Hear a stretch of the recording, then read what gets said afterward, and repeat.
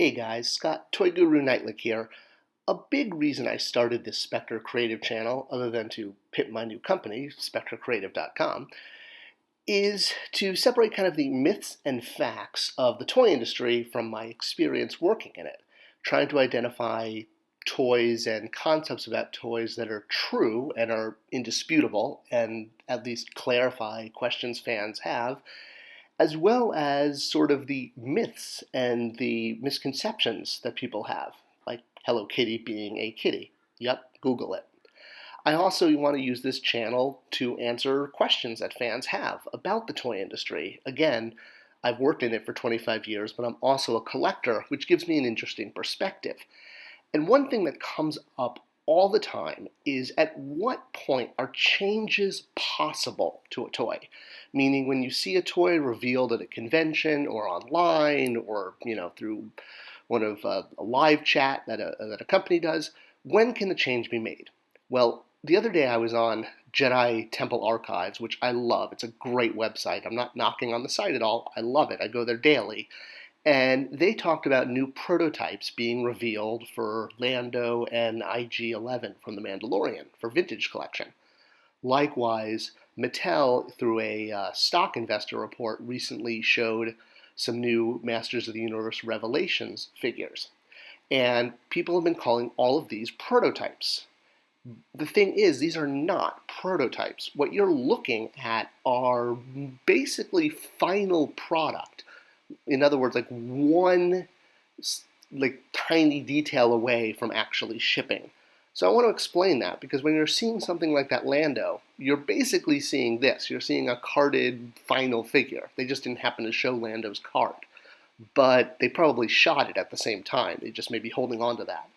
So let's take a look at the timeline and examine exactly when, at what point in the toy making process, can changes happen.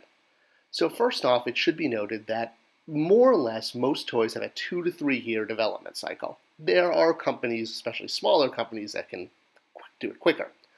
So essentially, to go from dreaming of having a Tila action figure to actually having a Tila action figure in your hands or in your collection is going to be about a 3-year process for the toy company, if you will. I mean, we've probably been asking for a Tila figure way more than 3 years in advance, but that's how it works inside the company.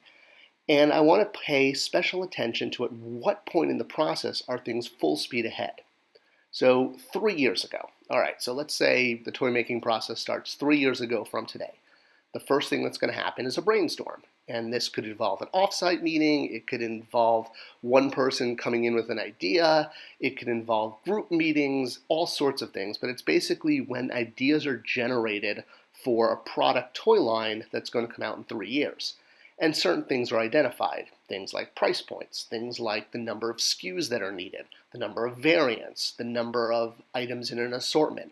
All of this is kind of locked down at this point. Once that's done, ideas from the brainstorm are mapped out, and usually sketches are drawn and designs are not finalized, but they're at least put in motion, usually in sketch form. This isn't just for one individual toy, but for all the toys that are going to be in a line, from basic figures to playsets. These designs are then sent to the license holder, the person who owns the IP, and it's reviewed by executives who, more often than not, may have absolutely no idea who they're looking at, or they may be huge fans. You get both. And at the same time, the total cost of production is reviewed, and hopefully everything gets approved, or approved with changes, or unapproved. All three can happen, but that's why everything is done so far in advance. Once that step is done, a B sheet is created that will outline images of all the figures in the line, for assortments, for open stock, everything from vehicles to playsets, the whole shebang. And then each individual figure also gets a B sheet. And this is when it's called out which parts they're going to use, meaning what new parts, what existing parts, what borrowed parts from other figures, what accessories they're going to have, which parts need sculpting, which are just existing tools. And I want you to pay special attention to this. This B sheet was created in 2014 for a 2016 release. Now is the time in the process when changes can be made. The B sheet, this is basically it. If a different head is wanted, if a different paint application, the train has essentially left the station once the B sheet is approved. So for people asking for changes, and I know fans don't get to see it at this point, but this is when the changes can happen. After this, you're pretty much locked into your toy. So we're now about 2.5 years away from the toy being on shelf. So what's going to happen next, and how are we going to get this toy to shelf? Well, at this point, you're going to start sculpting. The B sheet's been approved, the licensor's checked off on it, the IP owner, management, whether it's sculpted by hand or it's sculpted in a computer, this is the stage when any new parts needed for the toy are created, as opposed to existing tools. And once again, those sculpts are then sent off to the studio or the IP owner, whomever it is. It could even be the toy company that owns it. That makes the process go faster. And then once again, a set of executives are going to review the sculpt and make sure that it reflects what their IP should look like. And again, approved with changes, rejected, all three happen. I've even seen licensors take a knife right to a sculpt and start changing it right then and there. All right, so now we're about 1.5 years away from a figure showing up on shelf. The sculpt is done, and now you're going to see a fully painted version of it, as a prototype. Not an articulated figure, but one held together by pins. It is possible this could be revealed to fans. A magician never reveals his secrets, except the great revealer. But it may still need more approvals, especially if it's a licensed product, which means it goes again to the studio or the IP owner for a third or even fourth time, and again in front of a council of executives who are going to need to approve it again. This is to make sure everything is correct when you're dealing with a licensed product. From there, once everything is approved, it goes to a tooling model. This isn't tooled, but it's a model of how the tooling will work.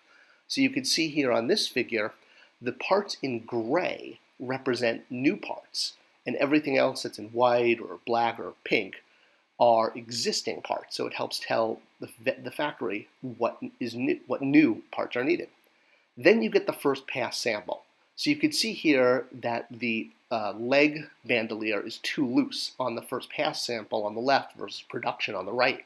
This is something that the toy manufacturer can catch, and then they're going to get on the phone or email and tell the vendor who's probably overseas in Vietnam or China what changes need to be made from this first pass. This is not a production model, it's just a first pass.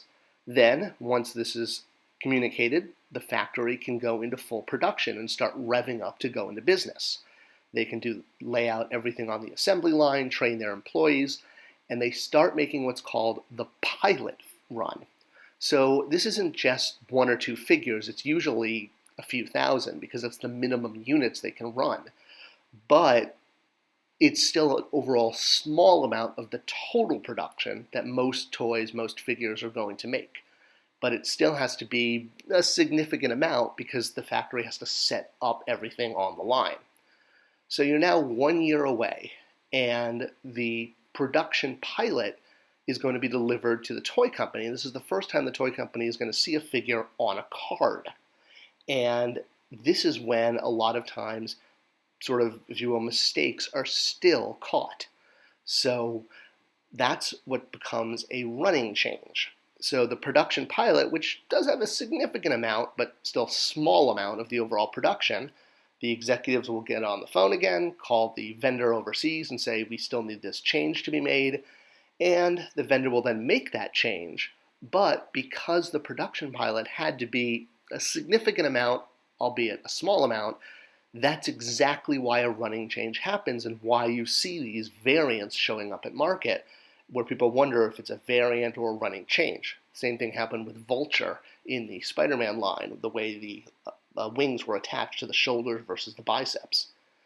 All right, so once the production pilot has its comments delivered to the vendor, the samples that were sent, usually it's 5 to 10 samples, this is what is photographed for PR. So when you see new figures showing up, that are revealed to the public, to the fans, what they're shooting, what PR is shooting, are the production pilot samples. So these are usually, again, 5 to 10 samples sent to the manufacturer from the overall production pilot run. So you're basically one step away from full production.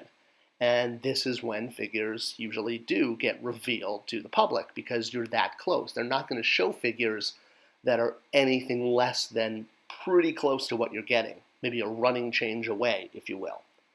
And we're now 6 months away from a toy getting to market. So production is now approved, any changes to the production pilot run are noted, and we're now in full production. And after that, it all gets loaded up on a giant boat, shipped across the ocean, which can take anywhere from 3 to 6 months, maybe even longer.